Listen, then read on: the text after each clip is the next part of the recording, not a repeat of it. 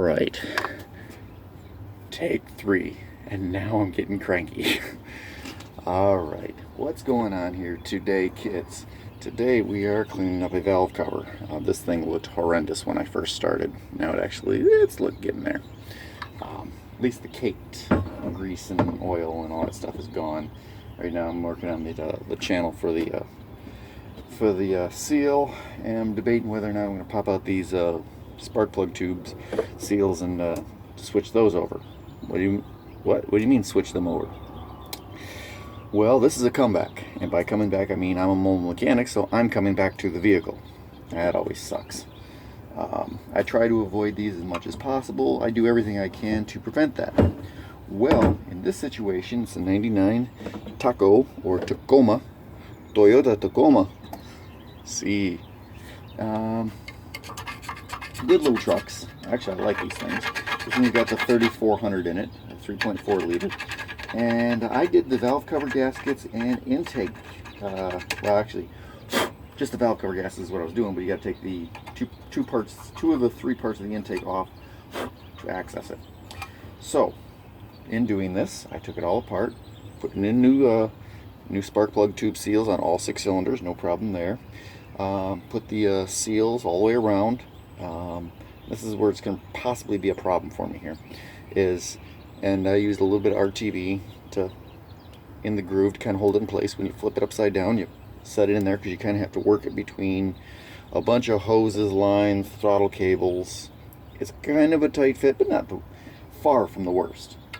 You know, on a scale of 1 to 10, this one's like about a 6. I mean, really not that bad. So, while doing this, didn't pay much attention to it. I didn't really think much of it. I, boom, screwed it all, tightened it all down, and fired it up. No leaks, no apparent leaks.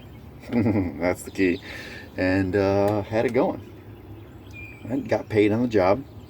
They paid me with a check. Real nice people. They're a referral of the people who live across the street, who I've just did a transmission for and a bunch of other work for. I've done numerous things for them and their family, up to and including engine replacements and such. So, while doing all this, oh, by the way, where's my brake? There it is. Soften some more of this stuff up here. What ended up happening was when I tightened it down, this little corner here on the valve cover cracked. I didn't notice it at first. I just called it done. Don't know how I didn't notice it. And I don't know that I'm the one who actually broke it, but I have to presume that I was. Because I'd like to believe if I have a valve cover in my hand right here, doing it the exact same way, I'm doing it on top of a trash can right now so that all the stuff falls into the trash can. Trying not to leave a mess in your customers' parking lots and driveways and such. That if I had it in my hand, I would have noticed. I'd like to believe I would have noticed that there was a big crack in it. Now, maybe I'm wrong. Maybe it was a crack the whole damn time, and I never noticed it, and somehow put it on and, you know, tightened it down and thought I was done, and it turned out that, well, I kind of doubt that. Like I said, I'd like to believe that if I'm this close looking at something, scraping it, and trying to get this right, that, well, it would have been noticeable to me at that time.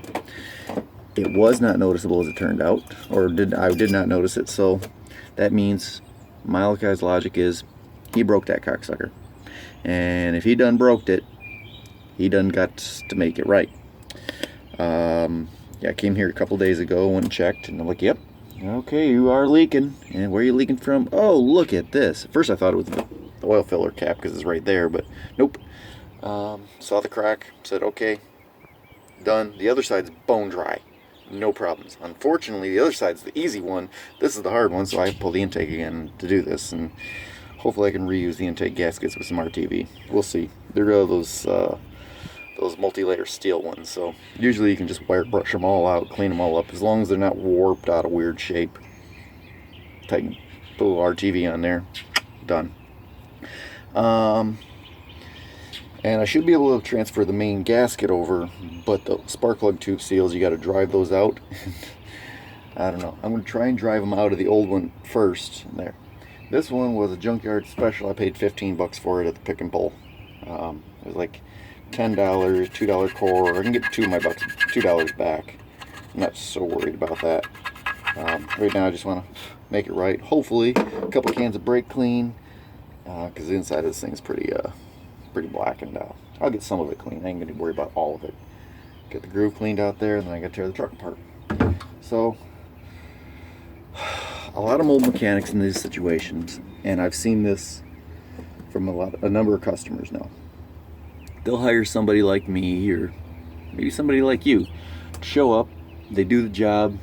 There, you get a call. They leave a message saying, "Hey man, something ain't right," and that mold mechanic is never heard from again. Now, I can come back and do this. It's going to probably cost me about $25 of my money, as long as I ain't got to buy no replacement gaskets, because I think it'll be reusable. I'm not too worried about that. But if I don't do this, I lose a whole tree of people. Referrals. This is a nice, more upper middle class. It's very middle class, I think. I don't know, it's a very nice neighborhood, but nothing special. I think every house on here is around about 250,000, so middle class. Depending on where you live, this could be upper middle class to you. To some people, this is nothing. To me, it's whatever. So, point being, make it right. Do your best to make it right. Be honest and show up. Fix the problem. Don't just blow it off like it ain't nothing, because it is something. It's something to them. And have a little honesty and integrity in yourself. You feel better about yourself. This 25 bucks ain't gonna fucking make or break me. It might take me a couple hours to do this job start to finish. I already take it apart, so I pretty much know the tools. It's mostly just a bunch of 10 and 12 millimeters. I think there's a 14 millimeter, one single bolt, but not a big deal. Make it right, man. Don't just disappear into the fucking night. Don't ghost these people, as them young kids, the millennials, be calling it now these days. That's what I did. Was I'm like, all right, I'll take a look. They weren't here. They don't even know I showed up, or they didn't even know when I showed up. I showed up, checked it out, said, yep, it cracked it. Called the guy and said, listen, at his work, and said, this is what happened. It's my fault, or I believe it's my fault, and it might not be. I might not have did shit wrong. I believe I know how to do it right. So make it right. So that's what I'm doing, and as a result, he may or may not ever want to do business with me again. But I try to do everything that's the correct thing. Most of the time, when this is the case, and I've had this a couple times now, not too often, I don't get too many comebacks, but I'll be honest with people about the situation. And if you're honest with them, they are going to respect you and far more likely to want to use you in the future. And that could be a lot more money down the road. Now, these people, they got nicer cars. They're not going to need me for a whole hell of a lot. This is their old truck. It's a 99. They got a newer Avalon and some other vehicle. I'm not even sure what his other vehicle is. So I'm probably not getting it, but who knows? Maybe I'll get one of their neighbors, or more of their neighbors, or future business. So that's why you're making it right. Hope somebody learns some sort of ethical whatever. Maybe, maybe not. Peace out, bitches. Once again.